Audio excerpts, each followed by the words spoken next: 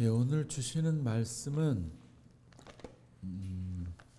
베드로 전서 2장 9절입니다. 2장 9절. 그리고 또 한 곳 더 볼 거예요. 로마서 6장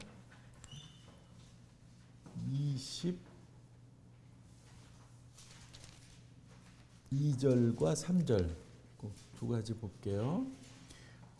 베드로후서 2장 9절 같이 한 목소리로 읽겠습니다. 시작. 그러나 너희는 택하신 족속이요 왕같은 제사장들이요 거룩한 나라요 그의 소유된 백성이니 이는 너희를 어두운 데서 불러내어 그의 기이한 빛에 들어가게 하신 이의 아름다운 덕을 선포하게 하려 하심이라. 아멘. 그 다음에 6장 로마서 6장 22절 23절 여기도 똑같이 같이 한 목소리로 읽겠습니다. 다 찾으셨나요? 그러나 이제는 너희가 죄로부터 해방되고 하나님께 종이 되어 거룩함에 이르는 열매를 맺었으니 그 마지막은 영생이라. 죄의 삭은 사망이요 하나님의 은사는 그리스도 예수 우리 주 안에 있는 영생이니라. 아멘. 사랑.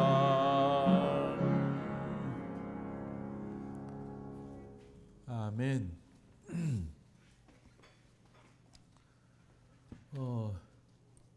우리 사람의 그 정체성은 두 가지입니다. 특히 기독교인들은 죄인이면서 의인이고 의인이면서 죄인입니다. 죄인이기만 하지 않고 또 의인이기만 하지 않습니다. 죄인이면서 의인이고 의인이면서 죄인입니다. 우리가 부모님한테 어때요?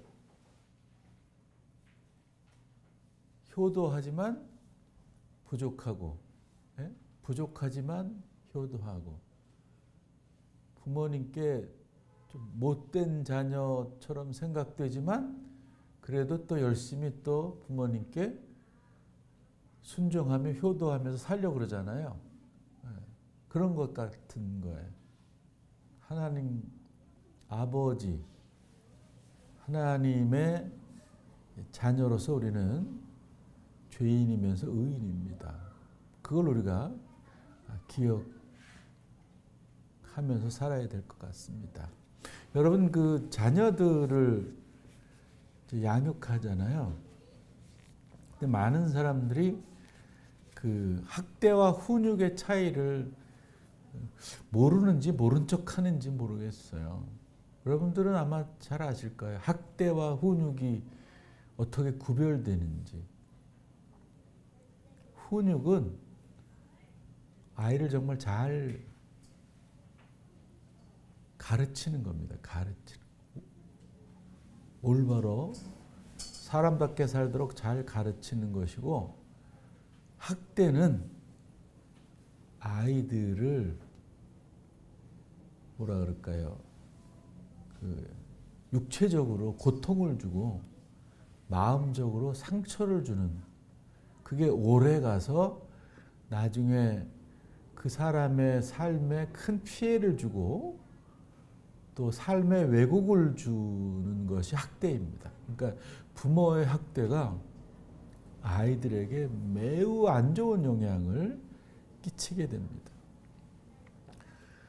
어젠지 그젠지 그 텔레비전을 보니까 제 또래 목사이더라고요. 근데 부인이 일찍 죽고 새 부인을 뒀는데 그 새 부인이 남매를 훈육한다고 생각했는지는 모르겠는데 모든 사람이 볼 때 아주 심한 학대를 했더라고요. 안 해야 될 학대.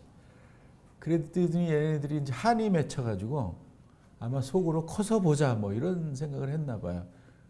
당연히 이제 얼마간 나이가 먹었을 때 이제 집을 나왔어요. 그러고서는 전단을 들고 찾아왔어요. 어떻게 그 새 엄마가 학대를 했는지에 대한 내용을 가지고 제가 지금 설명을 할 수가 없어요. 그 학대한 내용들 너무 그 짐승처럼 도저히 사람이 할 수 없는 학대를 했기 때문에. 근데 그 부모들은 거기에 대한 죄책감이 전혀 없더라고요. 그 옆에 있던 그 교회 관계자, 아마 장로님이라고 이제 일컫는데, 그 장로님이 사과하셔야 된다고 뭐 그랬대요. 그랬더니 자식들 앞에서 무릎 꿇고 뭐 잘못했노라고 이렇게 막 사과를 하더라고요. 근데 걔네들은 사과 받을 마음도 없고 용서할 마음도 없다고 그렇게 얘기하더라고요. 근데 그 아이들이 이제 30대 한 중후반쯤 되고 40대 되고 둘 다 결혼한 것 같아요. 여러분, 그 학대와 훈육은 다릅니다. 이 얘기를 왜 하냐면, 하나님도, 우리의 부모님이신 하나님도 우리를 훈육하시지 학대는 안 하세요. 근데 많은 교회들이 하나님이 학대하는 것처럼 하나님을 왜곡되게 이야기하는 경향이 많이 있어요. 여러분들, 학대받는 아이들과 학대받지 않는 아이들 확연히 구별이 돼요. 제가 이제 학교 교수하기 전에, 이제 유학 가기 전에 부목사를 한 5, 6년 했거든요. 그때 이제 저는 신방만 하는 목사였어요. 다른 건 안 하고 줄창 신방만 하는. 교회가 뭐 크지도 않고 작지도 않은데 조금 일반 교회랑 특별해서 신방이 그렇게 많지 않고, 신방 전도사님하고 저하고 주로 신방을 많이 했어요. 그 이제 담임 목사님도 뭐 이제 그 봄, 가을로 하는 신방에는 같이 동행하셨지만, 일반 신방에는 저와 그 전도사님만 신방을 했는데, 어떤 가정에 가보면은 아이들이 막 눈치를 보고 주눅 들어 있는 게 아주 분명히 드러나요. 그거는 어떤 경우에 그러냐면은, 그 애들한테 부모님이 늘 화를 내고 지적하고 야단치고 이럴 때, 심하게 야단치고 나고 지적하고 난 후에 애프터 서비스를 해야 되는데, 그것도 안 하고 이제 그냥 그 상처받은 마음을 그대로 놔뒀기 때문에 애들이 그냥 소리만 커도 그냥 막 부들부들 떨고 눈치를 보고 막 이러는 경향이 있단 말이죠. 그렇지 아는 집의 아는 집의 아이들은 조금 막 그 신방에서 같이 가정 예배 드리기도 막 쉽지 않게 막 뭐라 그럴까, 이렇게 휘젓고 다닌다 그럴까, 막 뭐 이렇게 그 천진난만하게 막 그러고 있어요. 그게 더 옳은 거예요, 사실. 어린아이들이 뭘 알아서 막 눈치를 보고 이러겠어요. 주눅 들고. 그냥 자연스럽게 그 말썽도 치고 그 이제 예배를 방해해야 당연한 거 아닌가요? 어찌 보면은 우리 은환이가 그 예배를 방해한다고도 할 수 있잖아요. 근데 그게 당연한 거거든요. 그게 아주 자연스럽고 아주 뭐 그 하나님 보시기에 아름다운 것일 수가 있단 말이죠. 근데 교회가 아쉽게도 이런 학대하는 부모 같은 행위들을 많이 해왔어요. 많은 사람들이 그 기도를 할 때 보면은 개인 기도를 얘기를 합니다.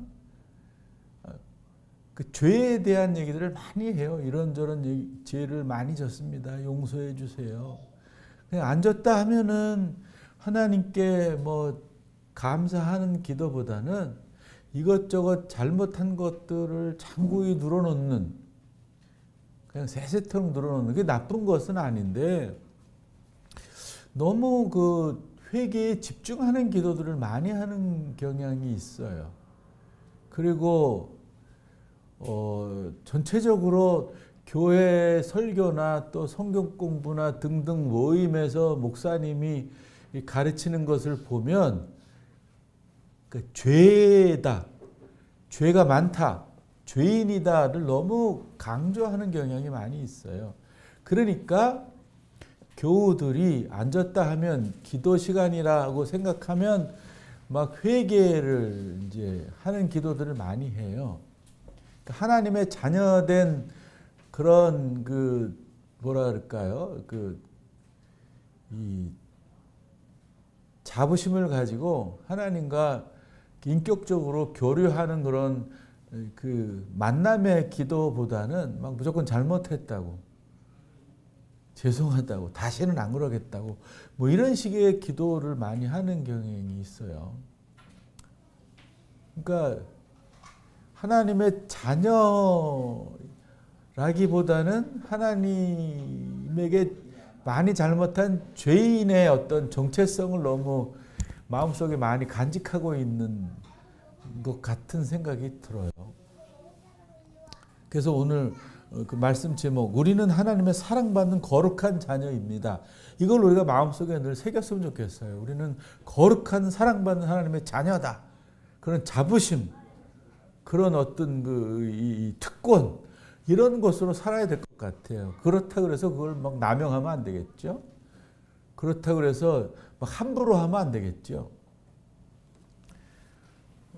제가 한 3달 이상 복통으로 좀 고생을 했어요. 이렇게 막 계속 복통이 온 건 아닌데, 이렇게 그러니까 복통이 없고 편안하다가 또 다시 복통이 오고, 이게 막 계속 반복적으로 와가지고 되게 힘들어서 이제 살았어요. 그리고 막 살도 깨 빠져서 이렇게 좀, 여러분들 보시기에 날씬해졌는지 모르겠지만 하여튼 되게 날씬해졌어요.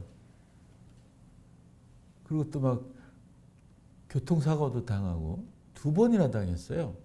그것도 100% 제 책임이 아닌 상대방의 잘못으로. 그러니까 안 좋은 일을 당했잖아요. 제가 목사잖아요. 그리고 저는 이제 막 죄인이라는 인식도 상대적으로 없다라는 생각이 들거든요, 저는. 근데도 이런 일이, 안 좋은 일이 생기니까 내가 죄를 많이 졌나? 내가 하나님 뜻에 이렇게 반하는 삶을 지금 혹시 사는 건 아닌가? 아마 이런 생각이 막 드는 거예요, 저조차. 그런데 일반 성도들은 얼마나 많이 들겠어요, 그런 생각들이. 우리가 오랜 동안 죄에 대한 인식이 너무 민감하게 학습이 되어 왔다는 생각이 들더라고요. 그래서 저는 아예 여러분들이 나는 죄인이 아니고 하나님의 자녀일 뿐이야, 이런 생각으로 살았으면 좋겠어요. 우리들 자녀들이 부모님께 나는 부모님께 맨날 늘 죄만 짓는 이게 참 한심한 죄 많은 자식이야, 이러지 않잖아요. 뻔뻔하게 잘 살잖아요. 엄마 아빠한테 막 화도 내고 뭐 신경질도 내고 뭐 이렇게 돈도 많이 들게 하고 사고도 치고 막 이러지만 애들이 뻔뻔하게 집에도 잘 들어오고 왜 반찬이 이러냐 그러기도 하고 자기가 저질러 놓고 돈 내놓으라 그러기도 하고 막 그렇잖아요. 그래도 부모님은 일반적으로는 꾹꾹 참으면서 뒤처리 다 해주잖아요. 안 그런 부모도 있긴 하겠지만, 예? 해주잖아요. 하나님도 그러신 분이에요. 더 이상 우리의 뒤치다거리를 다 하시는 분이시다 라는 걸 우리가 기억했으면 좋겠어요. 하나님은 우리가 무슨 잘못을 해도 무한한 사랑으로 한도 끝도 없이 용서하시고 이해하시는 분이에요. 그런 분이라고요. 뭐 성경에 뭐 벌을 어마어마하게 준 것처럼 준 것으로 이제 이야기되는 그 부분들도 많이 있잖아요. 그런 부분들만 성경으로 보면 안 돼요. 이렇게 전체적으로 봐야죠. 구약에 나오는 하나님, 신약에 나오는 하나님, 예수님을 이렇게 엮어서 봐야 된단 말이에요. 연결해서. 그러면 하나님은 절대 우리에게 벌을 주시는 분이 아니에요. 만약에 벌을 주시는 분으로 하나님이 인정이 된다면 이렇게 우리가 뻗어시 살아있을 수 없어요. 그냥 다 뭐 이렇게 병들었거나 죽었거나 그랬을 것이지. 하나님이 절대적으로 우리를 사랑하시기에 우리는 이렇게 감사하게도 살 수 있는 거예요. 그래서 우리가 죄에 대한 인식을 많이 바꿔야 돼요. 죄에 대한 인식을. 그러니까 죄가 뭔지도 모르면서 우리는 막 죄인입니다 이러면서 회개하는 경향이 많이 있어요. 사실 교회는 어떤 죄를 많이 강조해 왔냐면은 개인적 윤리, 개인적인 윤리 있죠. 이런 거에 대한 죄 인식을 많이 시켜왔어요. 근데 그것을 갖다 붙이면 요새 아이들은 뭐 코웃음 치고 교회 나올 아이들이 없어요. 그 산상보훈에 보면 그런 얘기 있잖아요. 뭐 보기만 해도 뭐 가늠한 것이다. 음욕을 품었다 그랬나요? 어떻게 되는 거지? 뭐 요즘 아이들이 지금 어떤데 그거를 듣고 그거를 받아들이겠어요. 그리고 윤리 같은 것들은 시대가 변하면서 다시 해석해서 이해해야 되는 부분이에요. 이게 성경은 해석해서 봐야 될 그 이야기거든요. 내용들이거든요. 그리고 또 이렇게 그 개인적인 잘못들, 뭐 거짓말한 거, 뭐 이렇게 남의 거 은근히 슬쩍한 거, 뭐 이런 거 죄지요.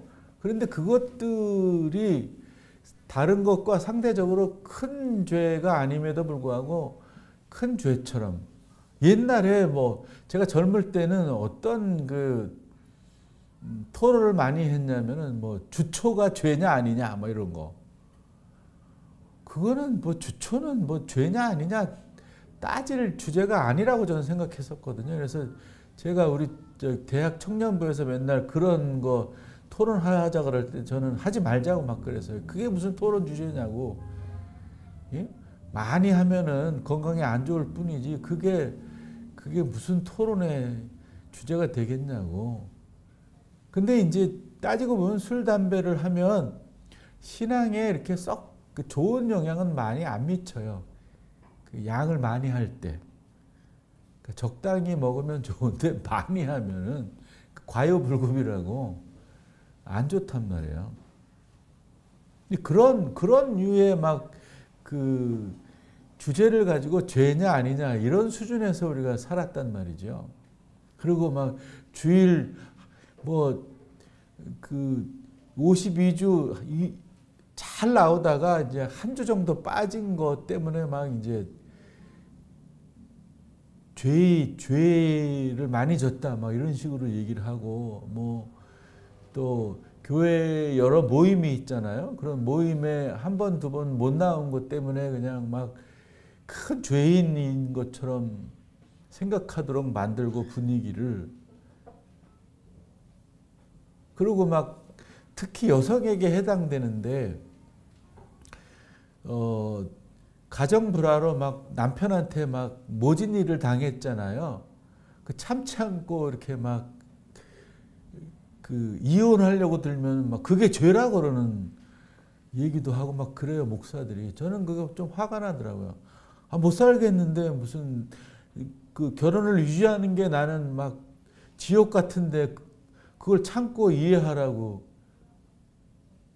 그렇게 강요하는 게 그게 맞는 건지 모르겠어요. 그게 그 참고 사는 게 죄가 아닌 것으로 얘기하는 게 그게 맞는 건지 모르겠어요.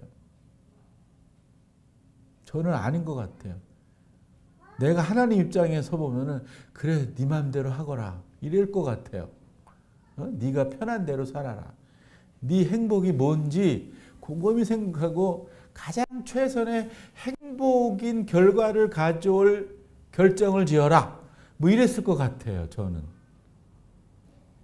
그냥 막 본능적 감정까지 죄냐 아니냐 막 판단하고 이러는 것은 굉장히 잘못된 죄를 이야기하는 것 같아요.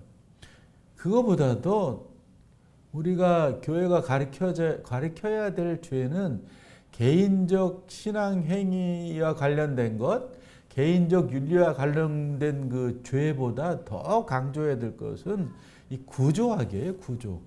구조 속에서 파생된 죄악으로 인해서 수많은 사람들이 고통을 당하는 것, 권력이 만들어낸 죄, 돈 많은 사람들이 만들어낸 죄, 이것 때문에 고생하는 사람들이 많이 있거든요.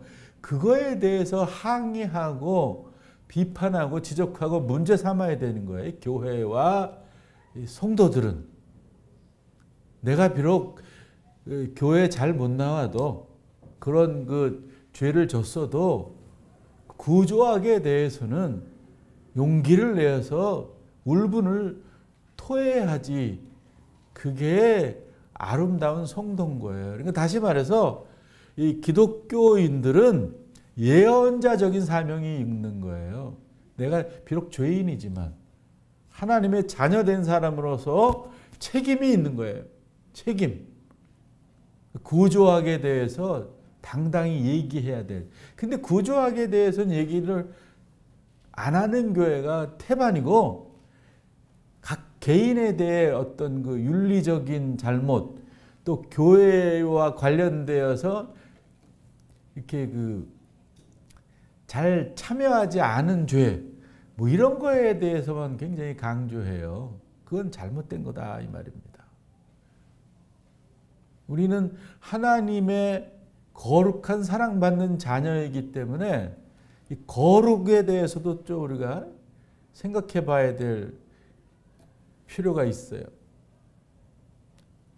여러분, 이 교회에서 하는 신앙 행위는 기독교인으로서 잘 해야 돼요. 일부러 그냥 하나님이 한도 끝도 없이 용서하시니까 내 맘대로 안 하고 이러는 것은 그거는 이제 잘못된 거죠. 그거는 혹시 벌 받을 수도 있어요. 벌을 안 주시겠지만 저는 안 주신다고 봐요. 안 주시겠지만은 다만 이제 내가 성실한 기독교인이고 성실한 신앙인이라면 양심에 있어서 신앙 행위를 참 잘해야 되겠다라는 의지를 갖게 되겠죠. 그런 비열한 행동은 안 하겠죠. 엄마 아빠가 나를 처벌 안 하니까 내 맘대로 살아야지. 이런 식의 신앙생활은 안 하겠죠. 하나님이 무한히 사랑하니 내가 더 열심히 예배드리고 더 열심히 헌신하고 더 열심히 교회를 위해서 재정적으로 내가 헌신해야지. 내가 몸으로 헌신해야지. 이런 각오를 하는 게 당연한 거 아니겠습니까? 이 우리가 거룩한 것은 뭐냐 하면은 그런 신앙행위, 교회에서 하는 신앙행위를 잘하는 것도 거룩하고 가정에서, 사회에서 최선을 다해서 신앙행위에서 깨달은 바들을 성실하게 살아내는 것도 엄청난 거룩함이에요. 아까 얘기한 대로 이 가정을 화목하게 하도록 내가 헌신하는 것, 이런 거 굉장히 중요한 거룩이에요. 특히 아까 말씀드린 것처럼 그 사회에 문제가 되는 것, 정치 경제적으로 문제가 되는 것, 나하고 관계없다고 모른 척하는 거는 그건 죄예요.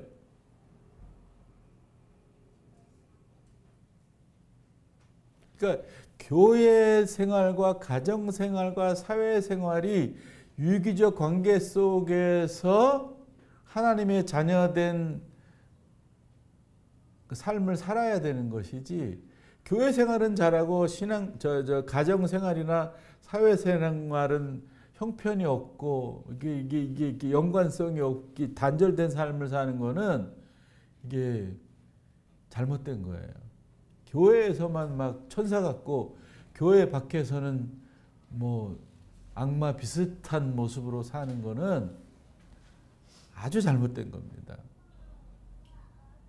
여러분, 그 다윗 왕이 훌륭하신 분인데 흠이 있어요. 아주 그것도 엄청난 흠이에요. 그 남의 부인을 가로챘어요. 가로채가지고, 가로채인 거는 뭐 그래 이해한다고 쳐요. 근데 그 남편을 그냥 험한 전쟁터에 보내가지고 죽게 했어요. 얼마나 큰 죄입니까? 일반적으로 이 권력을 이용해서 남의 부인을 취하고 그 또 남편도 죽여버리고 멸문지화를 만들어 버렸어요. 그 가문을. 그런데도 뻔뻔하게 그냥 그 잘 먹고 잘 살았단 말이에요. 그런데 다윗 왕의 잘못을 지적한 선지자가 있었어요. 나단이라는 선지자잖아요. 그런 죄악을, 구조적 권력자의 죄악을 우리가 성경에 비추어서 담대하게 이야기해야 될 책임과 의무가 있어요. 그 책임과 의무를 지지 않는 게 죄예요. 그게 더 큰 죄란 말이에요. 거짓말한 것보다, 교회에 한 번 안 나간 것보다 그런 게 더 큰 죄란 말이에요. 그런 더 큰 죄에 대해서는 아무렇지도 않게 생각해야 될 작은 죄는 크게 생각하고, 이런 모순의 그 신앙생활하는 거는 이게 참 건강치 못하는 것이다 이 말입니다. 또 선한 사마리아인, 나하고 아무 관계없는, 나하고 관계없는 건 둘째치고 나의 민족을 적대시하고 개같이 여기고 짐승같이 여기고 사람으로 치지 않는 유대인 약자를 최선을 다해서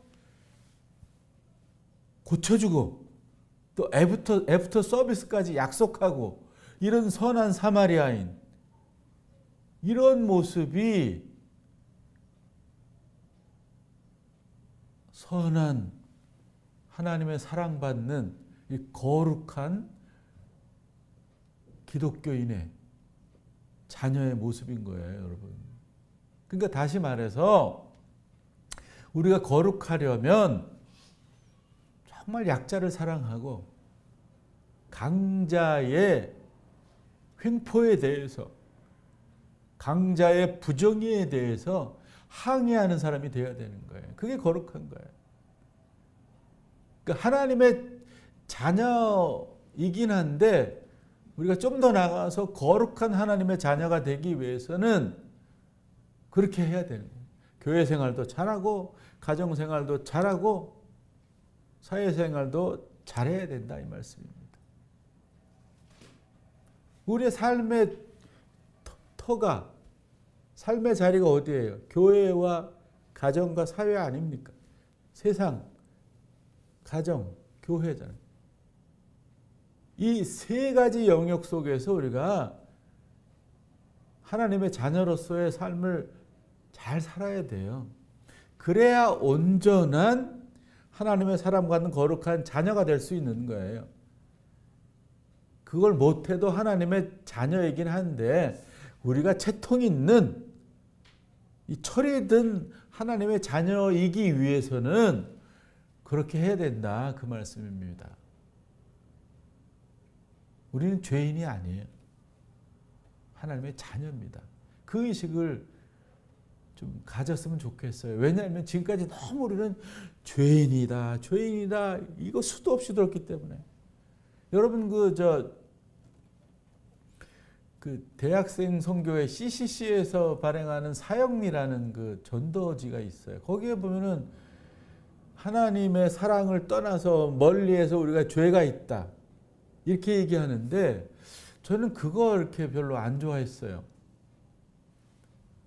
우리가 떠났지 하나님은 늘 우리에게 있었단 말이에요. 그러니까 우리는 떠난 게 아니에요. 우리는 멀리 있는 게 아니라 하나님하고 가까이 있는 거지. 하나님은 늘 가까이 계시다고.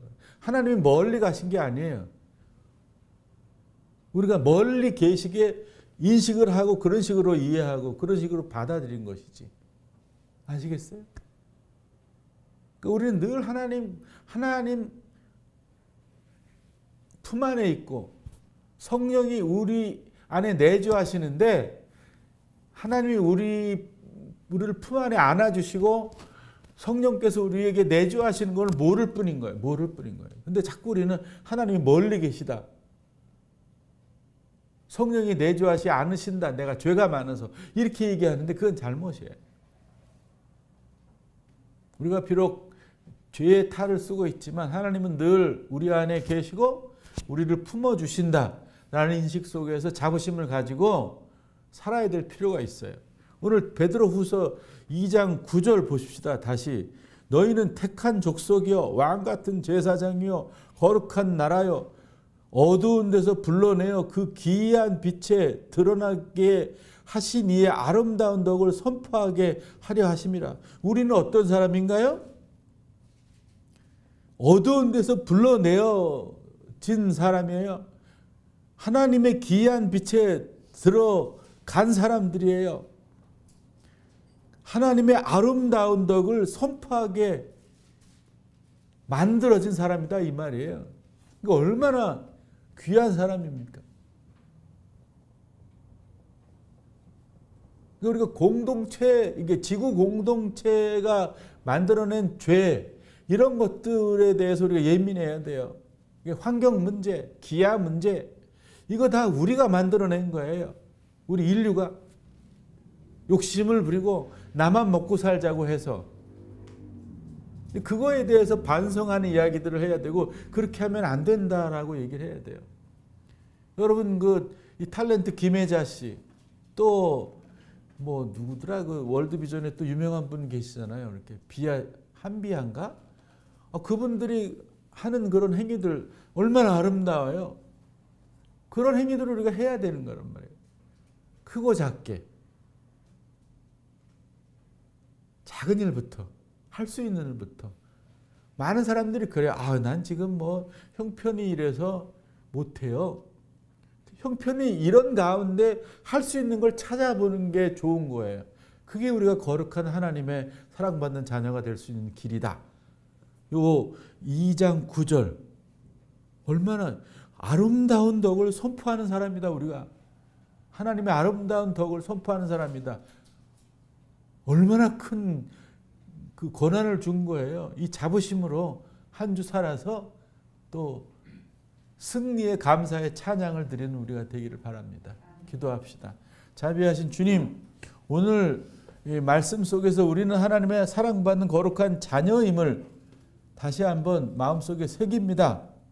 우리가 이모저모로 순간순간 죄도 많이 짓지만 그 죄에 너무 집착하지 말고 하나님의 자녀라는 이 특권을 가지고 그 특권에 상응하는 책임이 크다라는 것을 깨닫고 그 책임에 충성하여 하나님의 영광을 돌리고 수많은 사람들에게 유익을 끼치고 그리스도 교회가 참 어떤 교회인지 올바로 사람들에게 선포하고 알리게 하여 주시옵소서.